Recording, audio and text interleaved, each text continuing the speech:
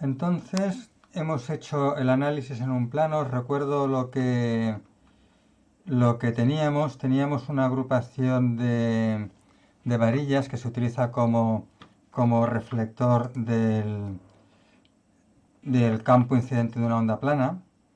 Entonces, bueno, había una serie de condiciones, que la polarización del campo eléctrico estaba en un plano paralelo a las varillas, etcétera. Entonces se daban aquí las expresiones del campo eléctrico y del campo magnético incidente, y entonces se hacían dos casos particulares. El caso del plano de incidencia IZ es el que ya hicimos, y por diferenciar del que vamos a hacer ahora, en el caso de incidencia en el plano IZ, el diagrama de radiación de una varilla tenía la forma de una sinc. Calculando el vector de radiación, pues veíamos que tenía la forma de una sinc, y que esta sinc tenía el máximo en la dirección de reflexión especular, cosa que comprobábamos aquí que se cumplía la ley de Snell, y luego justamente haciendo el dibujo comprobábamos que se cumplía que para la dirección de incidencia a 30 grados pues salía un máximo también a 30 grados de la normal. Pero fijaos que aquí el diagrama me lo generaba, si el diagrama de radiación total del array de varillas, de lo que sería equivalente a la placa, me lo daba el vector de radiación, o sea, el diagrama de radiación de una varilla. Mientras que el factor de la agrupación era constante porque estábamos evaluando el campo en un plano. El plano IZ es un plano perpendicular al eje de la agrupación, porque el eje de la agrupación, los elementos de la agrupación estarían, a ver si lo consigo dibujar, como llevo una férula puesta, cuesta un poco, pues los elementos de la agrupación están así. Entonces el eje de la agrupación es este. Si yo evalúo en un plano, que aquí sería un plano vertical, si yo evalúo en un plano perpendicular al eje de la agrupación, es un plano de ángulo phi mayúscula con respecto del eje 90 grados. Es un plano en el cual todos los elementos de la agrupación radian en fase. Entonces, por eso, en este plano, el factor de la agrupación, por eso en este plano aquí el factor de la agrupación es el factor de la agrupación evaluado en cero, o sea, en el máximo del factor de la agrupación, porque todos los elementos radian en fase, y vale la suma de los coeficientes, que como es una agrupación uniforme, pues es el número de elementos. En cambio, ahora vamos a hacerlo en otro plano, y en otro plano lo que va a pasar va a ser lo contrario. Ahora lo haremos en el plano XY.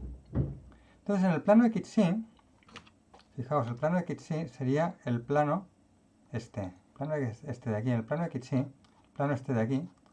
Fijaos que este plano es perpendicular a los dipolos. Entonces, como es un plano perpendicular a los dipolos, estaremos en el máximo del dipolo. En cambio, es un plano paralelo al eje de la agrupación. El eje de la agrupación, os recuerdo, lo vuelvo a dibujar otra vez porque lo he borrado.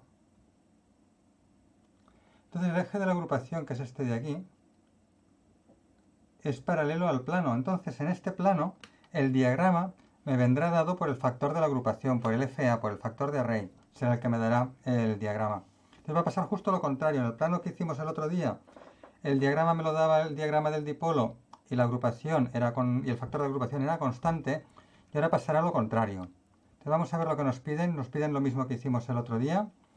Bueno, en primer lugar me dan todo lo que necesito, me dan la dirección de incidencia dentro de este plano. Fijaos que es una dirección de incidencia dentro del plano XY con vectores X e Y.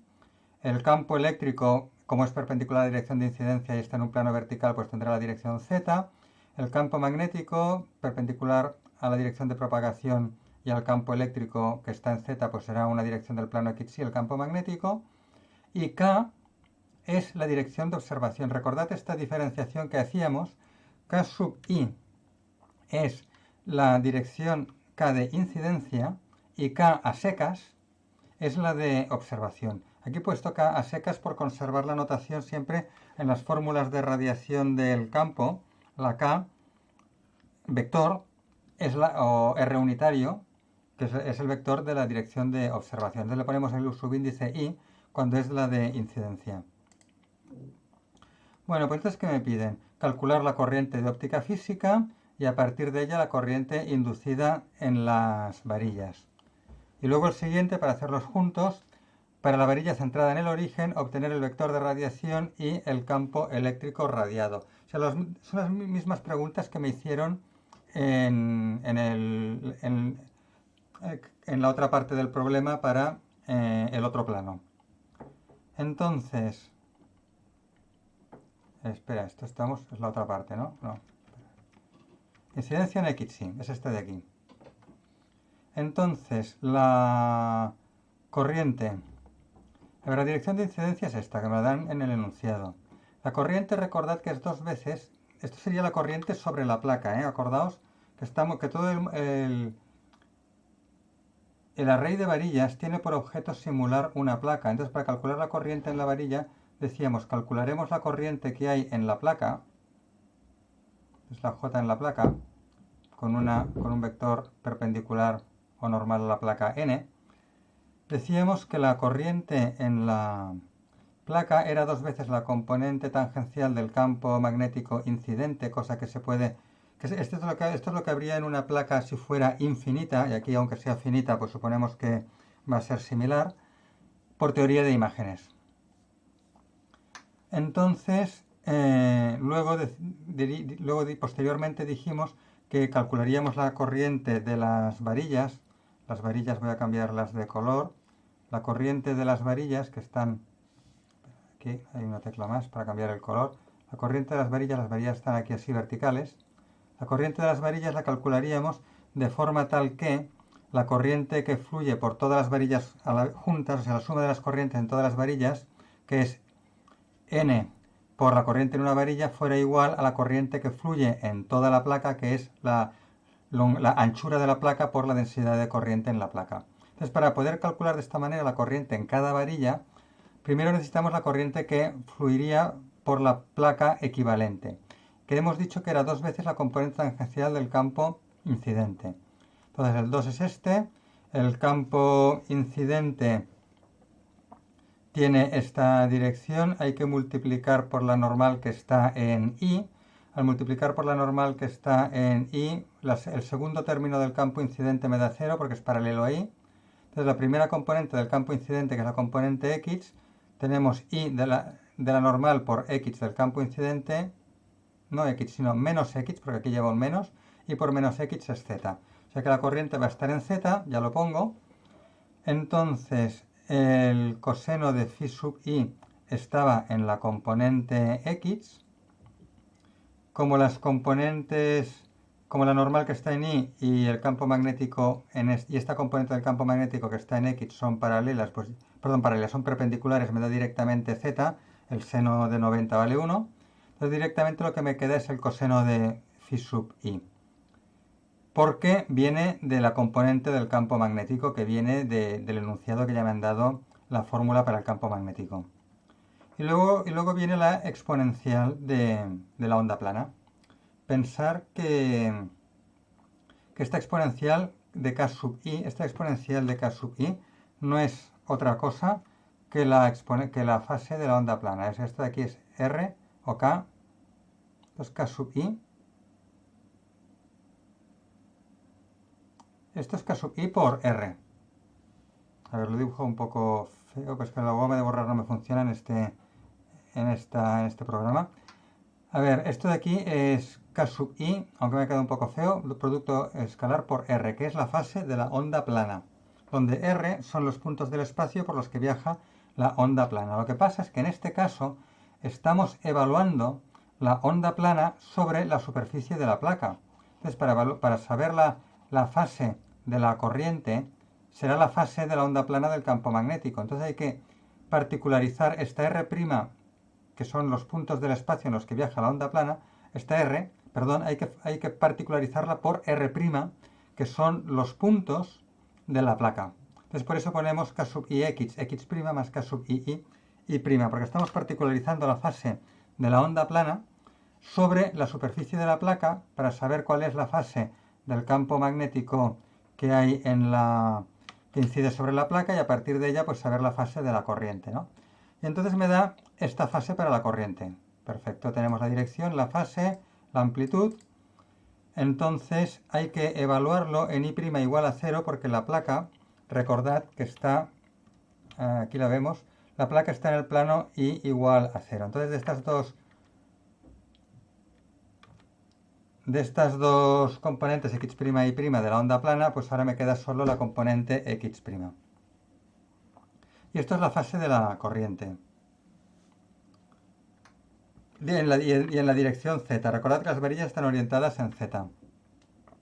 Entonces hacemos lo que hemos dicho antes de calcular la corriente en una varilla, dividiendo la corriente total que fluye por la placa, que es la densidad de corriente J por la anchura de la placa L mayúscula, dividida por n, que es el número de varillas, y así obtenemos, simplemente multiplicando por L y dividiendo por n, obtenemos la corriente que fluye en una varilla. Entonces, ¿qué es lo que observamos? Pues que no depende de z, es una corriente constante en z. Entonces vamos a evaluar el vector de radiación.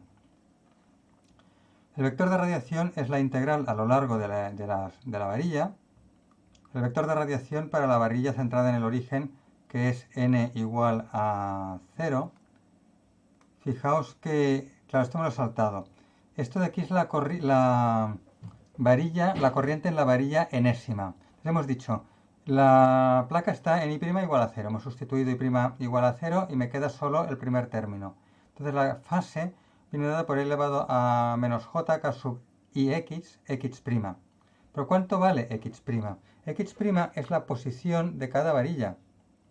Entonces, ya se ve que como son los elementos de un array, la posición de cada varilla es n por el espaciado, donde n igual a 0 sería la varilla situada en el origen, n igual a 1 una varilla situada en x igual a d, n igual a 2 la varilla situada en x igual a 2d, etc. Entonces, sustituimos x' igual a n por d. Entonces esta x' es n por d y aquí me aparece n por d. También he sustituido k sub ix como k por el seno del ángulo phi mayúscula sub i. Fijaos que tal como está definido el ángulo phi mayúscula sub i, aquí, tal como está definido este ángulo,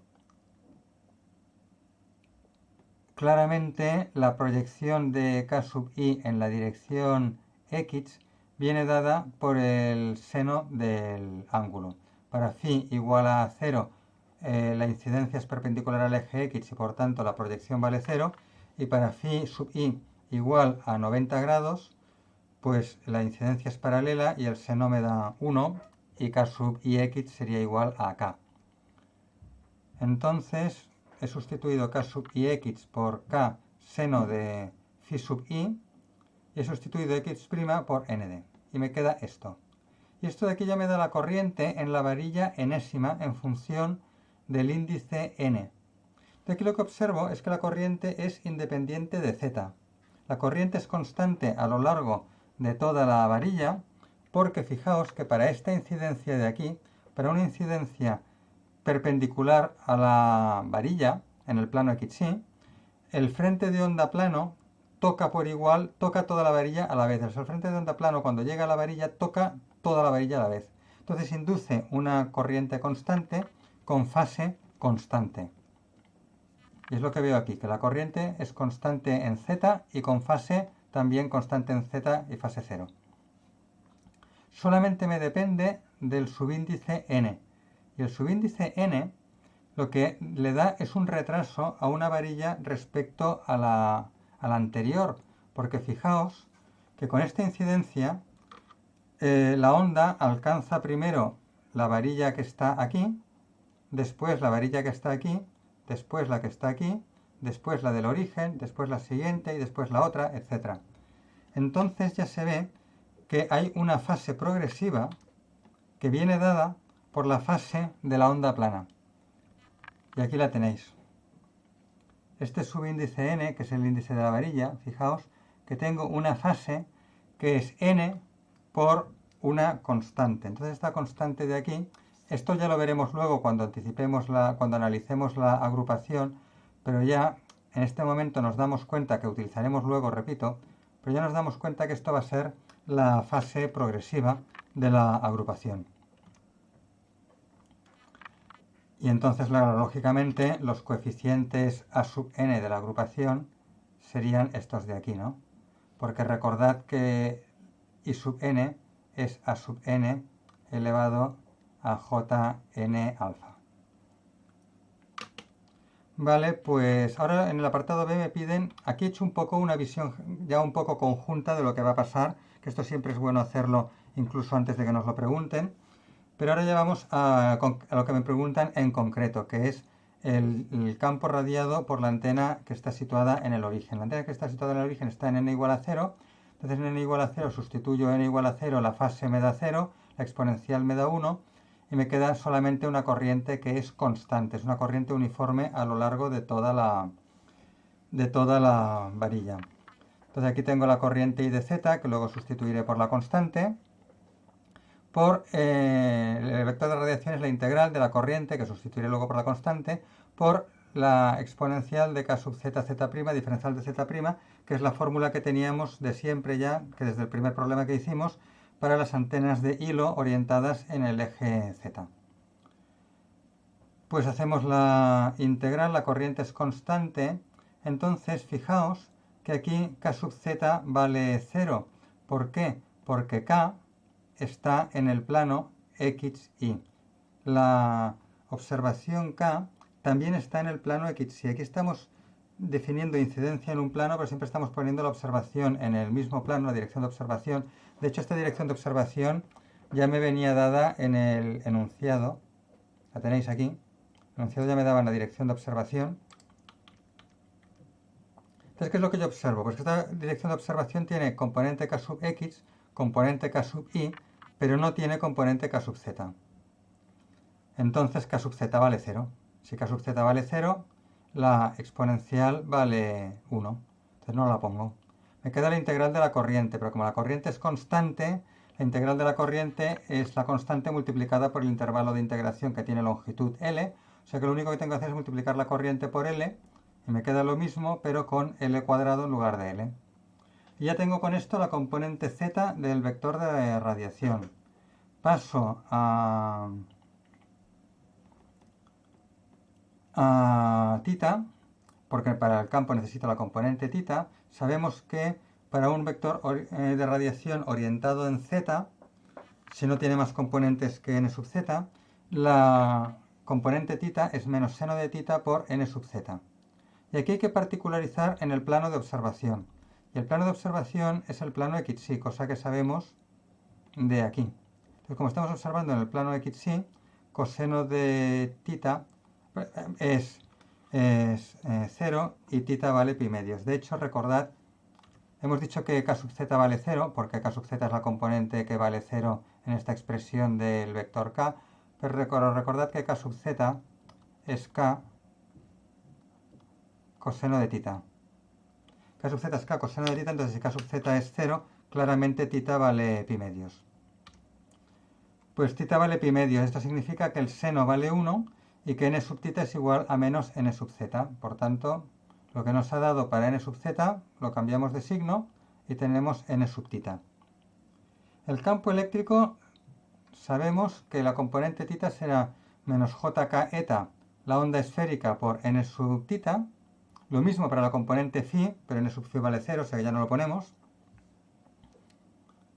N sub phi vale 0 porque n solamente tiene componente θ, igual, esto lo hemos visto ya en general para las antenas de hilo orientadas en el eje Z.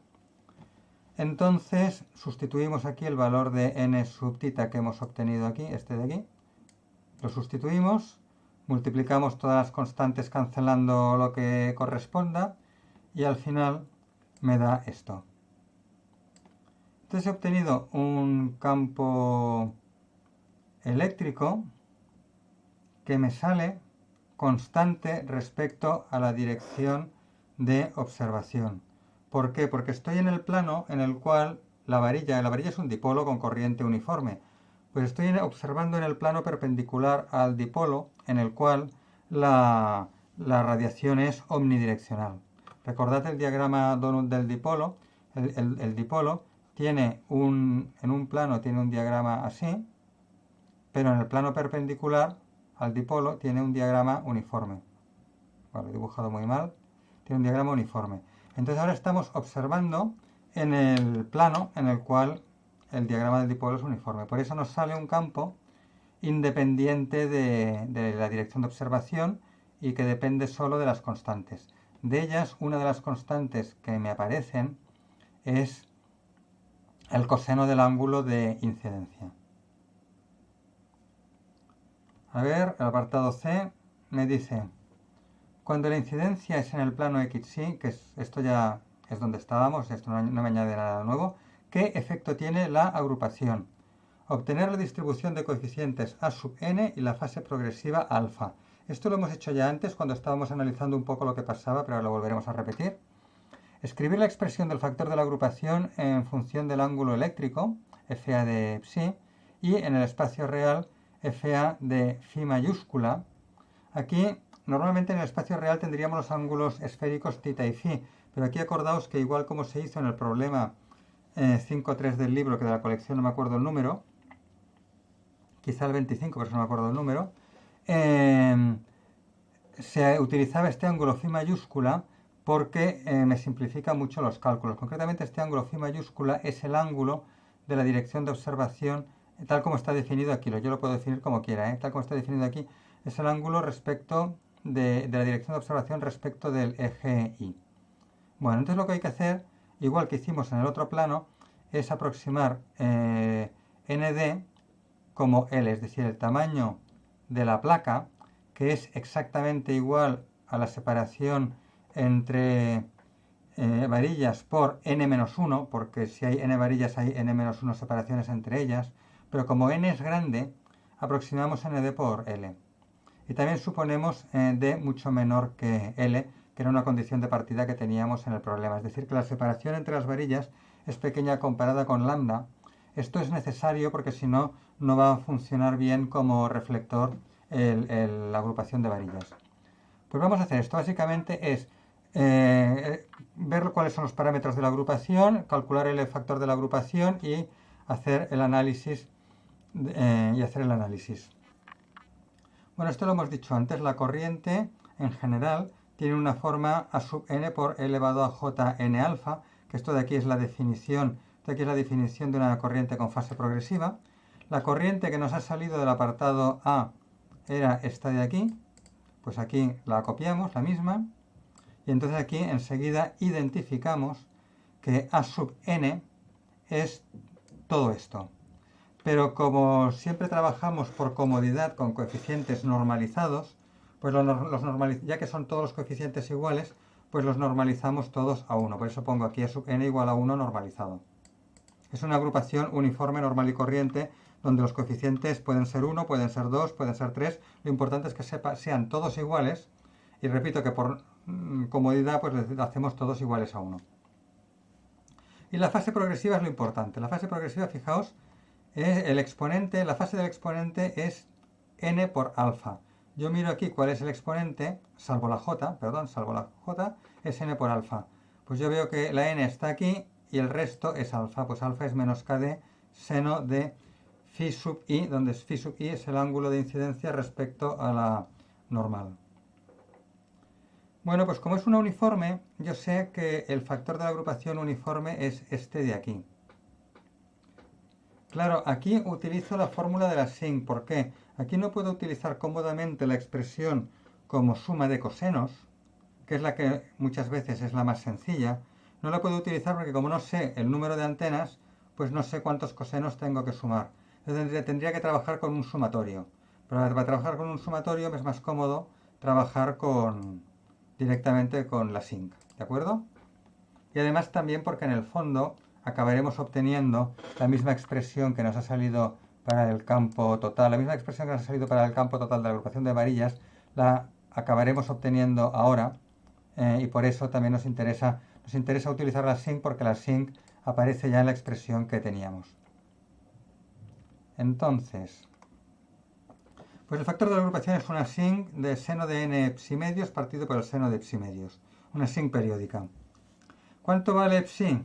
Psi vale k de seno de tita más alfa. ¿Por qué vale k de seno de tita más alfa? Porque según se ha dicho en la teoría, psi sería para una agrupación en el eje x, sería k sub x de más alfa. ¿Y cuánto vale k sub x? K sub x es la proyección de k en el eje x. Entonces, esto de aquí es k. La proyección de k en el eje x viene dada por el seno. Pero esto yo ya lo veo en la fórmula de k sub i que me dan en el enunciado. Yo ya veo que la componente x es k seno de phi sub i. Entonces, tampoco hace falta que analice mucho las proyecciones en el dibujo, porque directamente en la expresión que me han dado de k sub i, veo que la componente x de k sub i es... ¿Dónde está esto? Aquí. Ya veo que la componente x de k sub i es k seno de phi. Aquí. Perdón, esto sería... Bueno, esto ya lo sabía, pero esto, a ver, esto es para la dirección de incidencia, pero para la dirección de observación es lo mismo, ¿eh? En este caso no era k sub i, era k, pero para dirección de observación, para dirección de observación tengo exactamente lo mismo. La componente x de k es k seno de phi. Antes he dicho de phi sub i, es de phi, pero es lo mismo porque pasa lo mismo para la dirección de incidencia que para la dirección de observación. Entonces, k sub x es k seno de phi, multiplicado por d y más alfa. Como alfa vale menos k de seno de phi sub i, pues psi es igual a kd, paréntesis, seno de phi menos seno de phi sub i. Esto es la psi. Ahora, para tener el argumento de la sin, me falta multiplicar por n medios. Cuando yo multiplico por n medios, me queda n por d. Fijaos que aquí al multiplicar por n, me queda n por d. Y hemos dicho que n por d era aproximadamente el tamaño de la placa L mayúscula. Entonces tendremos aquí la L mayúscula. Y medios, porque es n psi medios, pues hay un 2 que divide y también traslado el 2 que divide. Por tanto, el argumento del seno del numerador es todo esto. Y el argumento del seno del denominador, en principio, es psi medios, pero resulta que psi es kd por un paréntesis que vale como máximo 1, o bueno, incluso 2, si tengo 1 menos menos 1 puede valer 2, pero bueno, es un paréntesis que vale como máximo 2. ¿Y qué pasa con kd? K es 2pi partido por lambda, d, y el paréntesis que vale como máximo 2. Entonces, d es mucho menor que lambda. Esta era otra de las hipótesis que teníamos. D es mucho menor que lambda. Luego, psi será mucho menor que 1, porque el paréntesis vale como máximo 2. Psi será mucho menor que 1, y por tanto psi medios también lo será, y por tanto puedo aproximar el seno del denominador por su argumento, que es psi medios. Entonces en el denominador pondré directamente psi medios, donde psi es esto. Me queda esto de aquí. El numerador era el seno de n psi medios, que hemos dicho que era kl medios por el paréntesis, y el denominador es directamente seno de psi medios, que aproximamos por psi medios, ya que el argumento del seno es muy pequeño. Me queda esto de aquí, entonces yo multiplico y divido por n, pongo una n en el numerador y una n en el denominador. La n del numerador es esta, y la n del denominador me multiplica esta d, y nd es aproximadamente L. Y de esta manera yo consigo tener un seno partido por su argumento, que es la típica sinc. Antes de hacer esto de multiplicar y dividir por n, fijaos que aquí era diferente, pero multiplicando y dividiendo por n y teniendo en cuenta que nd es igual a L mayúscula, veo que tengo un seno de un argumento partido por el argumento, la típica sinc. Y esto es el factor de la agrupación. Una sinc de máximo n, porque sabéis que el máximo de la sinc pura es 1 y multiplicado por n pues será n. Campo total. Bueno, el apartado D era el campo total, por lo que aquí se ve. ¿Cuál es el campo eléctrico total radiado por la agrupación de n varillas? Bueno, el campo total, ya lo sabéis, es el de una varilla multiplicado por el factor de la agrupación. Una varilla es la antena básica, pues el campo de la varilla centrada en el origen, que es el campo que hemos obtenido en el apartado B, lo multiplicamos por el factor de la agrupación que hemos obtenido en el apartado C, y multiplicando las dos cosas nos sale esto. Esto aquí es el factor de la agrupación. El campo, fijaos que era esto de aquí, el campo tenía una n en el denominador, el factor de la agrupación tiene una n en el numerador, las dos n se van, la del numerador del factor de la agrupación y la del denominador del campo de la antena básica se van y desaparecen, y me queda esto. Es decir, me queda una sinc multiplicada por una serie de constantes y la onda esférica. Y veo, esto no se pedía en el enunciado, pero bueno, son comentarios adicionales que puedo hacer. Entonces aquí yo lo que veo es que básicamente es la misma expresión que me ha salido antes. Aquí no puedo poner las dos al lado, pero si tenéis vosotros imprimidos los apuntes o tenéis otra ventana donde podéis abrirlo en el ordenador, podréis comparar las dos. Esta es la que me ha salido para un plano y esta es la que me ha salido para el otro plano, y la única diferencia es que esta tiene un coseno de phi sub i y la otra tiene un coseno de phi a secas. O sea, este es el coseno del ángulo de observación y este de aquí es el coseno del ángulo de incidencia. Es la única diferencia que hay entre las dos. Entonces, bueno, aquí explico un poco pues a qué es debido este factor. Entonces, si yo hubiera calculado por un método que se llama óptica física el diagrama de la placa conductora, el diagrama de reflexión de una onda plana que incide sobre una placa conductora cuadrada de lado L, habría obtenido exactamente esto. Y esto es una cosa que casualmente he hecho en el curso de máster esta mañana, y quizá os lo podría mirar de presentar un momento. Esta es una placa rectangular de lados A y B, o sea que en lugar de lado L tenemos dos lados A y B, pero bueno, viene a ser lo mismo. Esto de aquí es la incidencia en el caso TE sería el de la incidencia en el plano, sería este plano que tenemos. Y podéis ver la fórmula que nos sale. Aquí está este parámetro que se llama sección RCS, Radar Cross Section, sección recta radar. Bueno, tiene unas constantes diferentes que el campo, que es proporcional al campo al cuadrado. Fijaos que el campo al cuadrado, si quito los cuadrados, ¿qué me queda? Proporcional a L cuadrado partido por lambda. L cuadrado partido por lambda es lo que nos ha salido.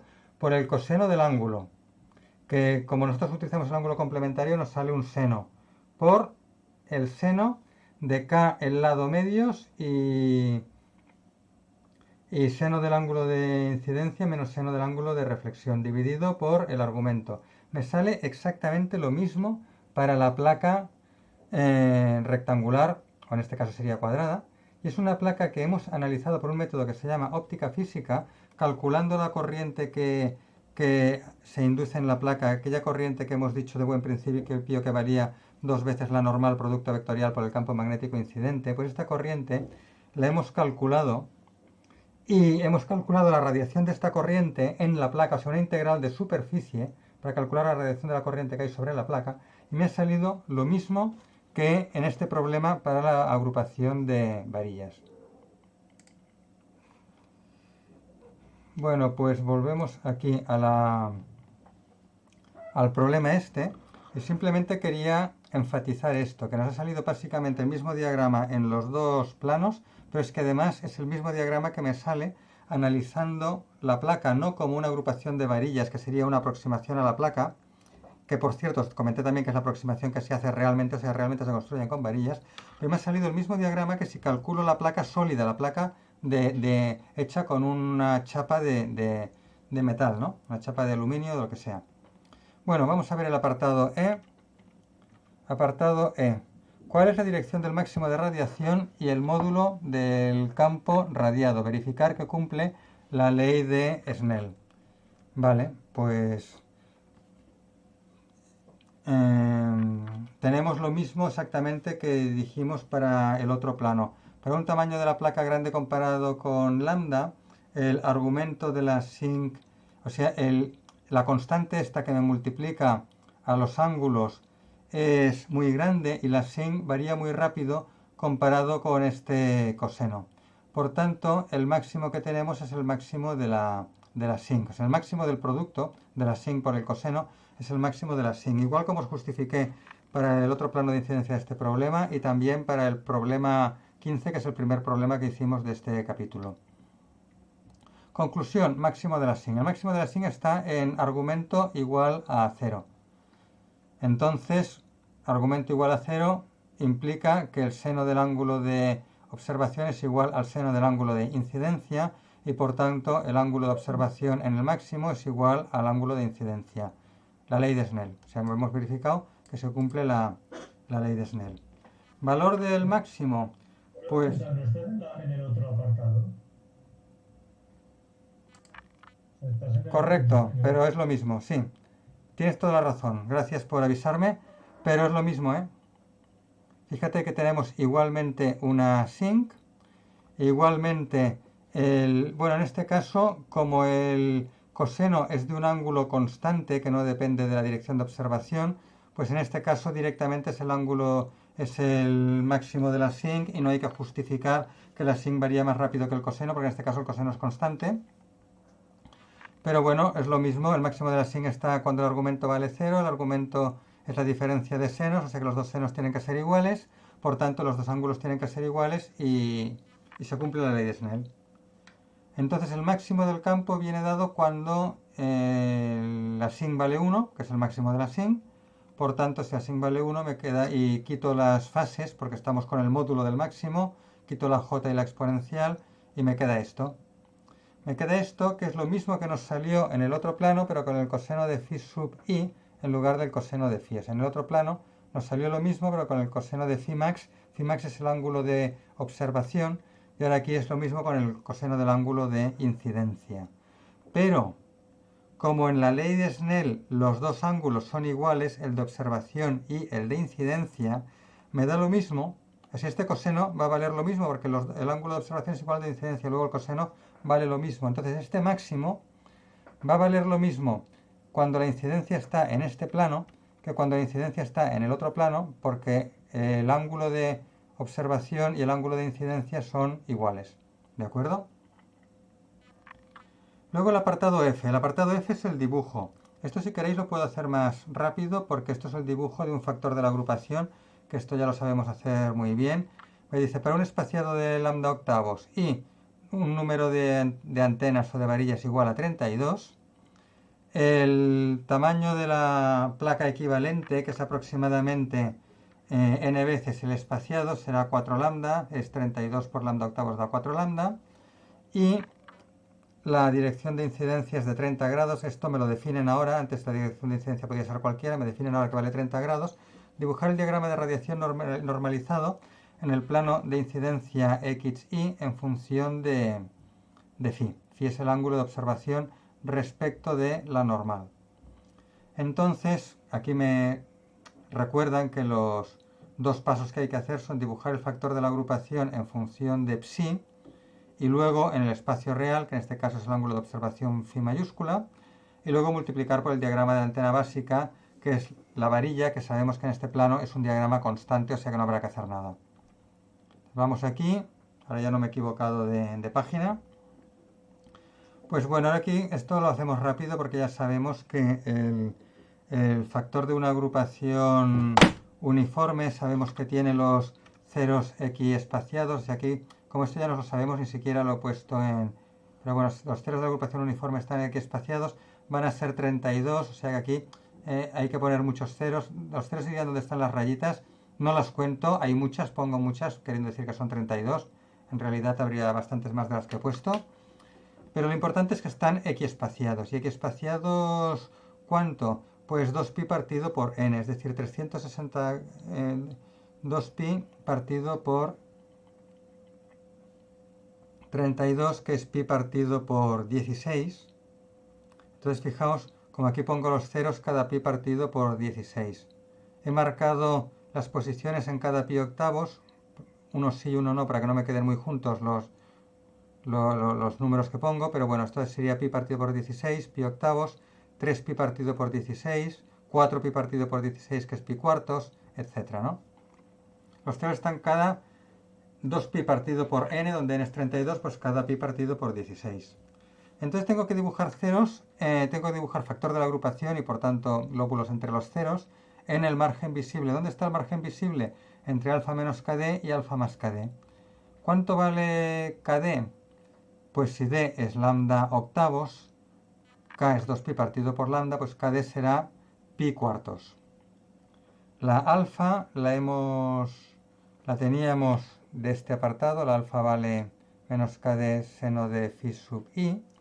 Phi sub i es 30 grados, el seno será un medio, por tanto, si kd vale pi cuartos, por un medio dará pi octavos, y con este menos, pues alfa igual a menos pi octavos. Por tanto, alfa menos kd, si kd vale pi cuartos, que es 2 pi octavos, pues alfa menos kd será menos 3 pi octavos, y alfa más kd será pi octavos. Así que voy a dibujar el diagrama dentro del margen visible solamente entre menos pi octavos y pi octavos. Trazo por debajo el semicírculo de radio kd, que para ahorrarme trabajo, acordaos que lo dibujáis desde el límite izquierdo del margen visible, que es alfa menos kd, hasta el límite derecho del margen visible, que es alfa más kd, desde menos 3 pi octavos hasta pi octavos. Automáticamente, decía que automáticamente me va a quedar centrado en alfa, fijaos que alfa es menos pi octavos, automáticamente me queda centrado en alfa, que es menos pi octavos, y automáticamente el radio es kd. Proyecto los ceros y trazo los lóbulos entre los ceros de la forma habitual. Y esto de aquí será el factor de la agrupación.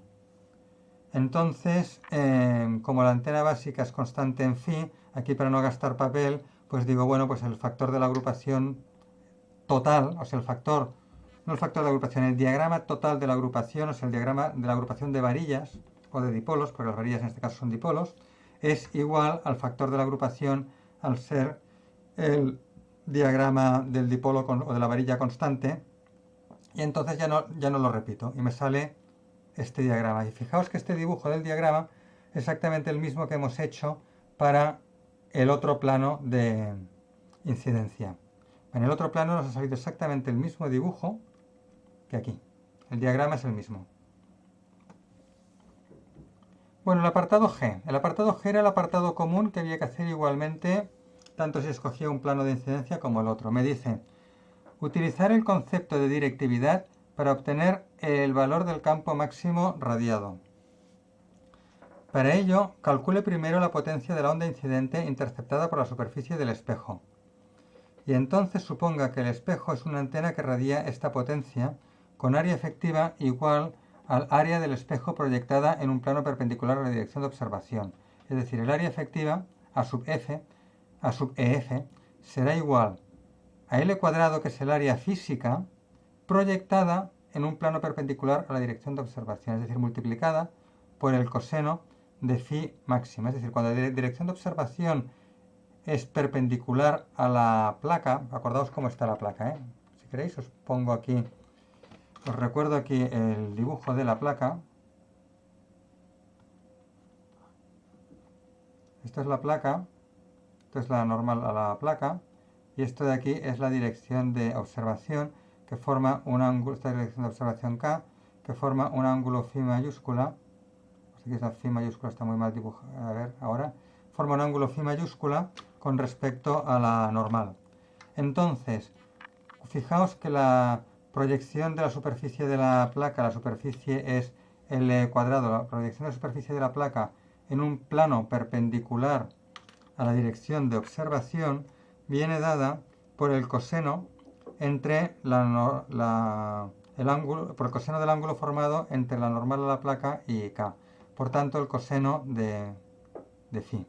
Phi max porque estamos evaluándolo en el máximo. Y directividad 4pi por área efectiva partido por lambda cuadrado. Esta es la fórmula típica de la directividad en función del área efectiva. Entonces, de esta forma calcularíamos el área efectiva, calcularíamos la densidad de potencia radiada por la placa y el campo máximo radiado a partir de esta directividad. Y observaríamos que me sale el campo máximo calculado de esta forma a partir de la directividad, me sale exactamente lo mismo que me ha salido en los anteriores apartados del campo. Es decir, el campo máximo que he calculado en los apartados anteriores, que era este de aquí en un plano de incidencia, y este de aquí, que era exactamente lo mismo en el otro plano de incidencia, era lo mismo porque los dos ángulos phi max y phi sub i son iguales según la ley de Snell, es lo mismo que voy a obtener en el apartado G. Bueno, ya lo podéis ver aquí todo hecho, que sale lo mismo, pero ¿cómo lo hacemos para que salga lo mismo? Fijaos, primero, siguiendo paso por paso lo que me dicen en el enunciado. El enunciado puede ser un poco difícil de entender, pero hay que ir por partes, o sea, me va diciendo paso por paso lo que tengo que hacer. Pues yo voy siguiendo palabra por palabra lo que me dice para ir haciendo. Primero me dice calcular la potencia interceptada por la placa teniendo en cuenta la proyección de la placa en el frente de onda incidente. El frente de onda incidente es este de aquí, la línea de puntos roja. Este es el frente de onda incidente. Esto de aquí es la onda plana, la dirección de incidencia. Vemos aquí el dibujo de la onda plana. Entonces fijaos qué superficie de frente de onda me intercepta la placa. Pues la superficie de la placa, que es L cuadrado multiplicada por el coseno del ángulo de incidencia. Cuando el ángulo de incidencia valga 0, el coseno es 1, la placa es paralela al frente de onda y me intercepta una superficie L cuadrado. Si la placa es paralela a la dirección de incidencia y por tanto perpendicular al frente de onda, el ángulo vale 90 grados, el coseno vale 0 y no me intercepta nada. No me intercepta nada porque llega de canto a la onda plana, llega de canto, incide de canto sobre la placa y no me intercepta nada, ¿no? Claramente, en la proyección de L es L coseno de phi mayúscula y por tanto el área proyectada es L cuadrado coseno de phi sub i. Entonces la potencia interceptada es la densidad de potencia incidente por la superficie proyectada que intercepta. La densidad de potencia incidente es la densidad del campo partido por la impedancia de onda, y esto de aquí tiene que ser igual a la potencia radiada por la placa. Es decir, la placa está radiando la potencia que intercepta, porque suponemos que la placa no tiene pérdidas, que es de muy buen conductor. Entonces toda la potencia que intercepta la reradia. La reradia con un diagrama de radiación que es este de aquí. La reradia con este diagrama de radiación. Entonces el valor del campo en el máximo será tanto más grande cuanto más directiva sea la antena. Entonces el valor del campo en el máximo me depende de la directividad. Por eso utilizo el concepto de directividad. Fijaos. Vamos a reradiar toda esta potencia con área efectiva de la antena que está radiando esto, pues L cuadrado coseno del ángulo de observación, que esto me lo decían en el enunciado. Esto aquí no me lo invento yo, esto es lo que me decían aquí en el enunciado. Esto me lo decían en el enunciado. Entonces le pongo el área efectiva esta que me han dicho. Le pongo el área efectiva que me han dicho. Entonces, ¿cuánto vale la directividad? 4pi partido por lambda cuadrado por el área efectiva. Sustituyo el valor del área efectiva y me queda esta directividad. Pero luego yo sé que la directividad por definición es la relación entre la densidad de potencia radiada máxima y la potencia total radiada media. La potencia radiada media es la potencia total radiada entre 4pi r cuadrado, que es la superficie de la esfera en la cual estamos radiando. Entonces, la densidad de potencia radiada máxima, que sé que es el campo máximo al cuadrado dividido por la impedancia de onda, despejada de aquí, será la directividad por el denominador. Aquí tengo la directividad por el denominador. Pero la directividad, según la fórmula del área efectiva, la directividad es igual a esto. Entonces sustituyo esto en la directividad y obtengo todo esto de aquí. Y obtengo esto. Entonces esto aquí es la densidad de potencia radiada máxima. Como la densidad de potencia es igual al campo máximo al cuadrado entre eta,